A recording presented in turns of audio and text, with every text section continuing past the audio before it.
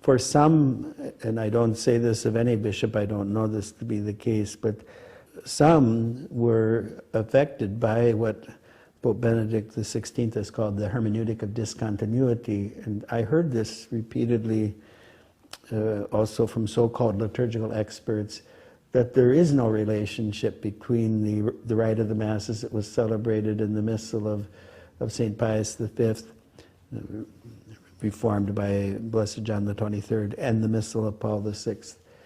And if you hold that position, then it's clear that you can't accept the continued celebration of the so-called traditional Mass. But that's wrong, and the Holy Father has pointed this out, but there may still be bishops who are affected by that kind of thinking, that they believe that there was something fundamentally wrong with the way the Mass was celebrated up until the post-conciliar reforms, and therefore that it's even bad and it should be prohibited. That could be part of it.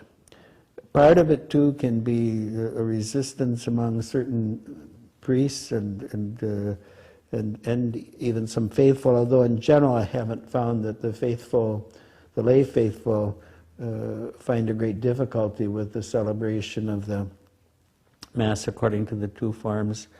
But it can also be that the bishops feel that the priests won't accept this.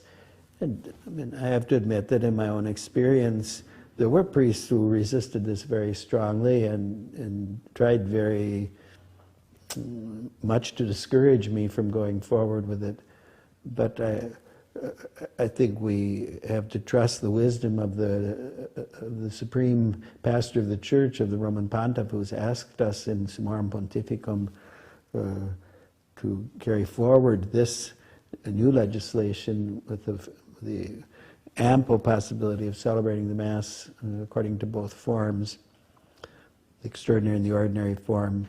And when one does that, as I tried to do, and I don't say that I did it perfectly either, but when one does that, I found the result to be most positive for the Church. So a person has to trust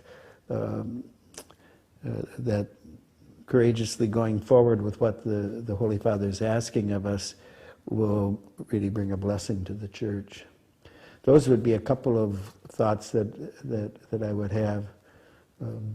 It can be sometimes, too, that perhaps the bishop has had a bad experience with one or another individual or group who are, let us say, too zealous or not well informed with regard to the extraordinary form, but we shouldn't let ourselves be influenced by those kind of negative experiences.